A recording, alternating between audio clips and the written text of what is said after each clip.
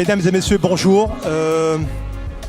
Je suis très heureux d'être parmi vous aujourd'hui pour vous témoigner ce que l'équipe de Intel IT font dans nos usines à travers le monde. Je m'appelle Yossi Bitton. Je suis de profession ingénieur en informatique. Je travaille chez Intel depuis 21 ans. Chez Intel, je suis spécialiste d'administration et d'ingénierie de base de données, ainsi que chef de projet. Je réside en Israël depuis un peu plus de 34 ans et je travaille dans l'une des usines d'Intel les plus performantes au monde. Pour ce témoignage aujourd'hui, je vous ai écrit une petite histoire, en fait l'histoire de mon tracé chez Intel, qui va en fait nous relier à cette présentation aujourd'hui. En fait, j'adore les histoires. Je raconte énormément d'histoires à ma femme, je raconte énormément d'histoires à mes enfants. Et voilà mon histoire, donc elle va être reliée à la présentation d'aujourd'hui. En tant qu'administrateur de base de données, je suis constamment sollicité pour des changements, que ce soit pour une nouvelle table, un nouvel index ou l'amélioration de performance de nos requêtes. Les changements en production sont multiples pour nos systèmes et critiques pour nos utilisateurs. Compte tenu que nous avons environ 10 usines d'Intel à maintenir, ainsi que de plusieurs bases de données et applications, il fallait tenir un certain standard pour notre maintenance, ainsi que nos changements.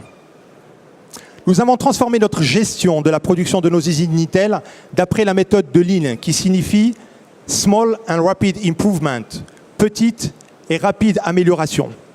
Cette méthode se concentre sur la gestion sans gaspillage. Un exemple serait la maintenance prédictive, dont l'on parlera durant cette présentation.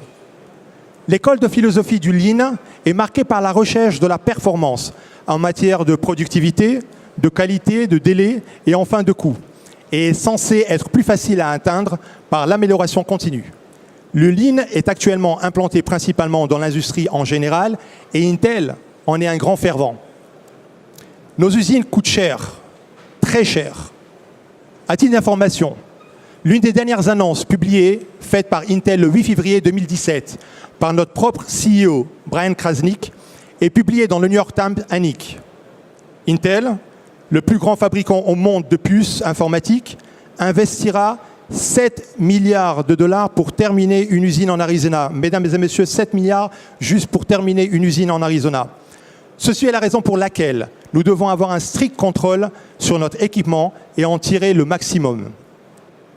En général, un équipement est fourni avec des spécifications de nos fournisseurs.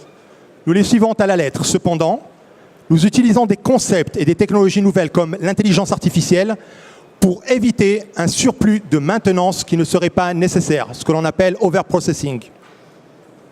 Avec cette nouvelle approche, nous assurons et bénéficions d'un maximum de disponibilité de nos machines. Si au début des années 50, on se demandait si une machine peut parler, aujourd'hui on force une machine à nous parler en nous fournissant toutes les données possibles et imaginaires. La manière utilisée pour les acquérir est l'IoT. Toutes nos solutions développées sont automatiquement distribuées dans nos usines à travers le monde. Commençons sans plus tarder notre présentation où nous allons aborder le sujet de l'intégration de la maintenance prédictive pour maximiser l'efficacité opérationnelle. Voilà, nous ne pouvons pas commencer une présentation d'Intel sans l'avertissement légal. Et j'espère que vous avez tout lu déjà. Nous avons un plateau japonais qui nous attend à 16 heures tapantes. Pour des questions, je vous appelle à me joindre sur le stand SAP où je serai disponible pour le restant de la journée. Vous aurez aussi ma carte de visite pour rester en contact avec moi par email. Nous allons enchaîner sur une courte vidéo qui va démontrer comment nous rendons nos usines d'Intel Smart grâce à l'intelligence artificielle. Oh, pas de son là. Pas de son.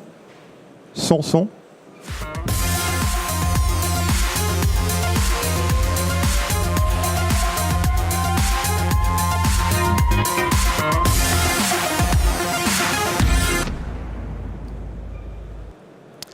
C'est parti. Essayons de retracer l'histoire de la manière dont Intel a rendu nos usines smart. Je vous invite à un voyage de plusieurs décennies. Commençons de la gauche et en allant vers la droite. Retournons il y a un peu plus de 3 décennies, où l'on travaillait encore avec le papier stylo et sans robotisation de transport de nos matériaux. On était encore basic, le contrôle de l'équipement, ainsi que notre système MES, Manufacturing Execution System. À cette période, notre production a été faite sur des wafers de 4 et 6 pouces de diamètre. Ensuite, Autour des années 90, nous sommes passés graduellement à une production de 8 pouces, ce qui correspond à un wafer de 200 mm de diamètre. Nous avons commencé à utiliser la robotisation pour le transport de notre matériel. Nous avons automatisé le contrôle de notre processus en introduisant le SPC, Statistical Process Control, une application que l'on a développée par nous-mêmes. Nous avons amélioré le contrôle de notre équipement et de notre inventaire, ainsi que des systèmes de prise de décision.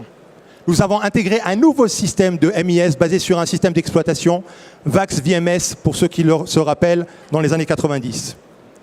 De nos jours, notre production est effectuée sur des wafers de 12 pouces, ce qui correspond à 300 mm de diamètre.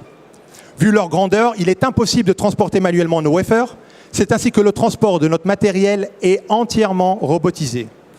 Prenez en considération que notre matériel circule aujourd'hui dans une boîte fermée de 25 wafers, comme vous pouvez le voir dans cette image. C'est en fait la boîte orange que vous voyez dans le Today's Factory, ce que l'on appelle des FOUP. Nous avons développé et introduit plusieurs applications dans le domaine de contrôle de processus, ainsi que dans le domaine de la prévention des excursions en temps réel. Nous avons intégré un nouveau système de MIS beaucoup plus performant, ainsi que des applications de prise de décision pour obtenir des rapports plus avancés pour nos utilisateurs. Et pour en finir, l'infrastructure IoT, ainsi que le Big Data. Comme vous pouvez le constater, nos usines Intel ont parcouru plusieurs décennies pour réaliser le déploiement de l'IoT que nous avons aujourd'hui et dont nous allons parler durant cette présentation. En ce qui concerne le futur de nos usines, nous désirons avoir une plus grande mobilité de nos utilisateurs ainsi qu'une maintenance prédictive qui soit plus répandue. Ceci nous permettra d'obtenir une meilleure efficacité, utilisation et disponibilité de nos machines et de deux, une meilleure qualité de notre production à travers l'analyse en temps réel avec le Big Data. Parlons de l'IoT, mais avant, voici certains faits à propos de nos usines d'Intel. Intel est le plus grand fabricant au monde de puces et nos usines fonctionnent 24 heures sur 24, 7 jours sur 7, 365 jours sur 365. Les produits, les processus de fabrication et les données sont de plus en plus complexes. Des milliers de wafers en silicone sont triés par jour, chacune de ces wafers générant au moins 1 giga de données par jour.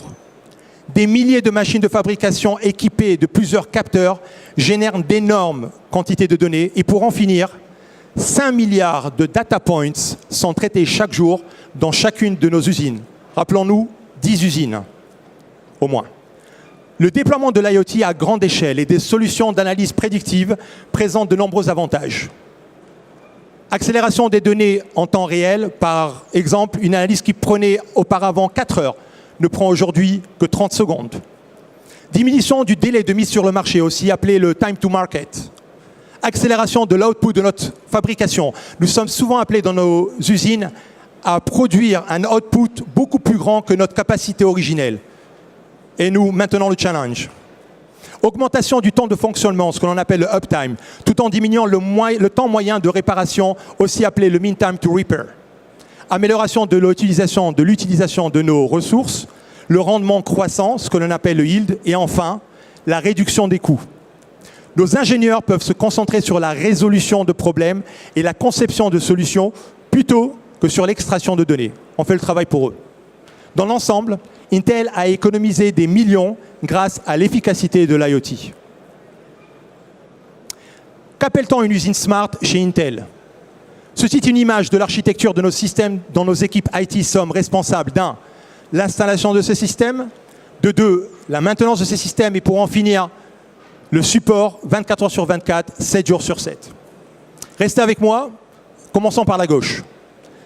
La machine reçoit une boîte de 25 wafers, c'est ce que j'avais appelé le FOUP, automatiquement identifié par un code barre, RFID, par un protocole industriel appelé le SEC, je voulais dire SECS, le Semi-Equipment Communication Standard. À ce niveau-là, tout le monde se réveille en général.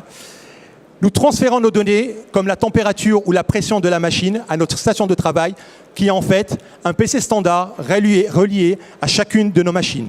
Un Win Client, tout court. Un supplément d'informations comme les vibrations de la machine arrive par les gateways. C'est ce qu'on appelle le Edge, installé au préavant. De là, toutes nos données arrive ensuite dans nos applications centrales comme le MES, Manufacturing Execution System, SPC, Statistical Process Control, EP, Exclusion Production, APC, etc., etc., à travers une certaine isolation nous permettant de séparer entre le front-end et le back-end, ceci pour des raisons de maintenance. C'est en fait ce que l'on appelle le middleware cluster. Comme vous pouvez le constater à ce niveau, tous nos serveurs sont multipliés par 2, 3, 4, voire 12 serveurs pour certaines de nos applications. Et à partir de là, toutes nos données sont montées ensuite dans nos bases de données OLTP, Online Transaction Processing, ainsi que nos bases de données DSS, Decision Support System, où l'on aura la possibilité de produire nos rapports pour nos utilisateurs. Donc, les rapports en temps réel fournis à nos utilisateurs. De 2, le traitement automatisé des matériaux par l'AMHS, c'est ce que vous voyez en bas, l'Automated Material Handling System, font bouger nos wafers comme sur des roulettes. Zoomons à présent dans un exemple de protection d'excursion en temps réel. Dans ce cas, nous avons environ 200 capteurs qui prennent des échantillons 3 fois par seconde. Les données sont extraites des capteurs implémentés dans nos machines. Nous avons 2 cas de figure. Dès que l'on détecte que notre processus est out of control par rapport à un modèle prédéterminé et défini par nos ingénieurs, le processus dans cette machine est arrêté en temps réel et le matériel est dirigé automatiquement vers d'autres machines. Ces upper control limit et lower control limit, c'est ce que les 2 barres rouges que vous voyez, celle d'en haut et celle d'en bas, sont définies par nos ingénieurs. Ça pourrait être la pression, les vibrations de la machine ou n'importe quel autre paramètre. À titre d'information, nous avons aussi des fausses alertes et c'est là où nos ingénieurs interviennent pour ajuster le modèle ou l'algorithme.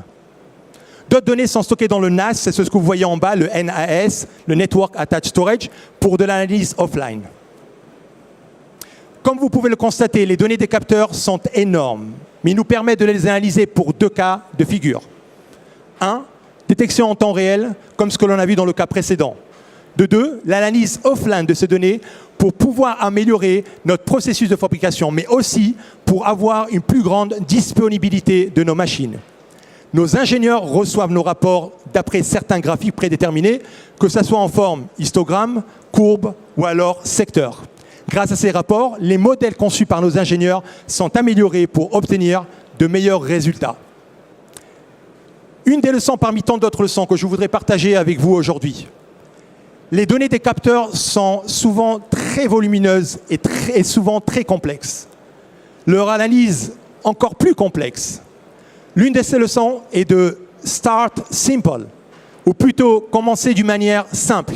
Rappelez-vous toujours de la méthodologie du Lean, qui est le Small and Rapid Improvement, des améliorations petites et rapides. Ça a marché très bien dans nos usines d'Intel. Aucune raison que ça ne marche pas dans l'industrie.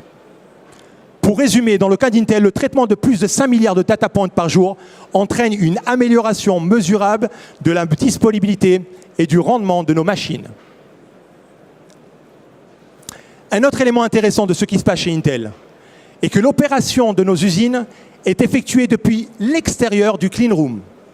Le centre d'opération à distance, aussi appelé ROC, Remote Operation Center, contrôle à distance nos machines, que ce soit d'une salle dans le même bâtiment ou à travers le monde.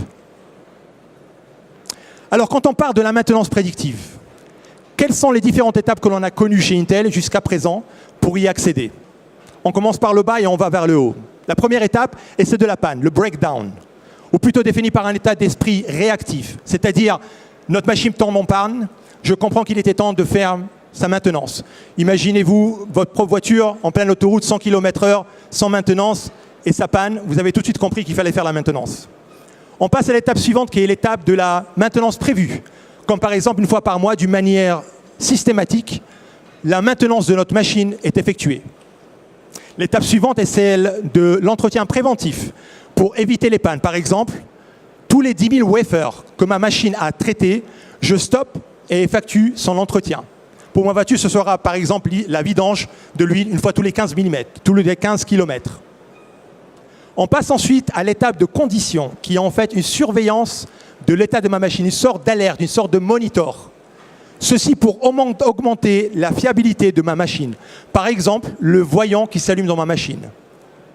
C'est comme ça que l'on arrive à l'état prédictif, où l'on met l'accent sur l'amélioration continue de ma machine en utilisant des techniques de surveillance. En d'autres termes, par rapport à des données collectées et par rapport à des analyses effectuées utilisant de l'intelligence artificielle, je peux prévoir quand ma machine aura besoin d'entretien d'une manière très précise. Et pour en finir, l'entretien collaboratif. Cet entretien est défini par nos techniciens du ROC, le Remote Operation Center, dont on avait parlé déjà. Ils prennent en considération non seulement les résultats des analyses effectuées sur les données collectées, mais plusieurs autres paramètres comme la disponibilité des pièces pour la maintenance, les outils utiles pour l'entretien, la certification et la disponibilité de nos techniciens qui effectueront le travail. Tout cela pour optimiser la planification des temps d'arrêt, aussi connu sous le nom de downtime, et d'avoir un plus grand rendement de notre équipement. Parlons à présent de la santé de nos machines qui va être très différente de la maintenance prédictive. Pour déterminer la santé de ma machine, l'approche traditionnelle, ce que vous voyez sur votre gauche, est de vérifier les choses sur une base régulière. Ceci ressemble au cas de figure que nous avons décrit comme changer les piles de mon détecteur de fumée tous les 3 mois. C'est ce qu'on appelle le calendar-based, ou plutôt changer l'huile de ma voiture tous les 15 000 km, ce que l'on appelle le run-based. Chez Intel, nous sommes en train de transformer la surveillance de la santé des machines en utilisant les données de la machine elle-même pour décider quand effectuer l'entretien. Autrement dit, nous pouvons déterminer d'une manière dynamique, ce que vous voyez sur votre droite, si notre machine est en bonne santé. Notez que la surveillance de la machine est très différente, de la santé de la machine est très différente de la maintenance prédictive que l'on utilise aussi chez Intel. La surveillance de la santé consiste à parler à l'équipement. Mesdames et messieurs, c'est possible, pour savoir s'il est sain ou non. D'un autre côté, la maintenance prédictive consiste à savoir quand un équipement n'est pas en bonne santé et à le stopper pour la maintenance. En d'autres termes, cette surveillance détermine si la machine est saine ou non. Si elle est en bonne santé, nous pourrions revenir, disons, d'ici 12 heures. Et sinon, si le contrôle échoue, notre machine passe automatiquement en mode maintenance. Pour illustrer cette méthode dynamique, sur votre gauche, vous avez la manière traditionnelle de l'entretien de nos machines, tous les 20 du mois. En obtenant des données de nos machines et en les analysant, nous pouvons arriver à une meilleure décision qui est en fait de faire la maintenance de notre machine 3 fois au lieu de 4, ce que vous voyez sur votre droite. Ceci dit, les systèmes informatiques d'Intel analysent en permanence le flux des données de nos machines de production afin de prendre des décisions concernant les risques liés au push-out ou au pull-in des temps de maintenance. Nous allons à présent revoir 2 use cases que je voudrais vraiment partager avec vous aujourd'hui, où nous avons utilisé une plateforme IoT pour solutionner l'un de nos problèmes. Et le deuxième use case, avec l'utilisation de la machine learning, commençons par le premier. Ceci, ce que vous voyez près de vous aujourd'hui, en face de vous, est un projet que nous faisons en partenariat avec General Electric et leur fameuse plateforme logicielle appelée Predix, qui sert à la collection et l'analyse de données provenant de nos machines industrielles. Pourquoi avons-nous fait ce projet? Les défaillances imprévisibles de l'unité de filtrage du ventilateur, ce que l'on appelle le Fan Filter Unit, entraînent un temps d'arrêt de notre machine et donc des problèmes sur nos wafers ou sur la qualité de nos wafers. L'objectif est de détecter et de contrôler de manière prédictive les défaillances de nos ventilateurs en utilisant des capteurs et une infrastructure IoT approuvée par Intel. Qu'avons-nous fait? Et ceci en plusieurs étapes. La première étape, nous avons installé des capteurs contrôlant les vibrations des 8 ventilateurs. Dans ce cas de figure de machine, nous n'en avions que 8. Nous avons certaines avec beaucoup plus de ventilateurs et certaines avec moins de ventilateurs. Mais pour chacune de ces machines, pour chacune de ces ventilateurs, nous avons installé un capteur pour surveiller activement les anomalies. Un capteur pour chaque ventilateur. De 2, nous avons accueilli ou recueilli les données. Nous les avons analysées pour déterminer la fonctionnalité du ventilateur. Cette analyse est effectuée au niveau du gateway, au niveau du edge. Je ne suis pas encore arrivé au niveau du cloud. Ils n'ont pas été storés en base de données. Ils sont au niveau du edge. J'ai la possibilité de les analyser à ce niveau. C'est très fort. Et enfin, nous les avons envoyés et sauvegardés dans le cloud, ce que vous voyez par-dessus. Nous avons ensuite produit des tableaux de bord de santé du ventilateur pour nos ingénieurs, aussi appelés des dashboards, ce que vous voyez dans le cloud. Et nous avons envoyé des textos à nos ingénieurs en cas de problème. De cette manière, nous avons proactivement remplacé les ventilateurs endommagés. Pour le second exemple que je voulais partager avec vous, c'est un use case que l'on fait aussi chez Intel. C'est un cas où l'on a essayé de développer les modèles grâce au concept de la métrologie prédictive avec l'utilisation de la machine learning. Alors toujours, pourquoi avons-nous fait ce projet? Nous avons mené un projet pilote pour démontrer que si nous collectons les données produites par la machine, plus l'intégration des données d'autres systèmes, comme par exemple le MES ou n'importe quel autre système, nous pourrions, et faites attention mesdames et messieurs, prédire la qualité. C'est de la qualité, c'est de la predictive quality, ce qu'on en appelle, de nos wafers produits par cette machine. Quelles ont été les différentes étapes que nous avons faites? Sur notre gauche, nous avons recueilli plusieurs données de nos capteurs en parallèle des données produites par la machine et d'autres applications. En tout, un volume de 180 gigas de données produites par jour dans chacune de nos machines. Nous avons déployé des Intel NUC, qui signifie Next Unit of Computing. Ce sont nos petits ordinateurs d'Intel, pour acquérir et transformer ces données en une différente structure utilisant un certain algorithme. Le tout, ainsi qu'un modèle développé au préalable, ont été analysés par la machine learning, fonctionnant avec nos propres microprocesseurs Intel Xeon. Nous avons ensuite produit des dashboards pour nos utilisateurs, ainsi qu'envoyé des textos en cas de problème à nos responsables de machine. Dans le graphe du dessous à droite, vous pouvez constater en bleu le résultat de l'e-test. Je vais tout de suite définir ce résultat-là, ainsi que celui de notre machine learning qu'avait prévu en jaune. Grâce à ce projet, nous sommes arrivés à prédire la qualité de nos wafers produits par une machine spécifique un certain nombre de semaines avant même d'être arrivés en e-test, qui est une étape effectuée dans le département du SORT. En fait, si vous voulez, la production se fait, ensuite il y a un triage de ces microprocesseurs. Dans ce triage, on fait ce qu'on appelle le e-test, l'électrification, si vous voulez, de chacune de nos puces.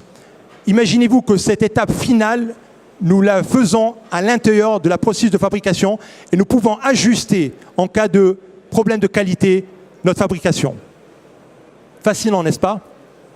Et là maintenant, je voudrais vous inviter à une courte visite à l'intérieur de l'une de nos usines.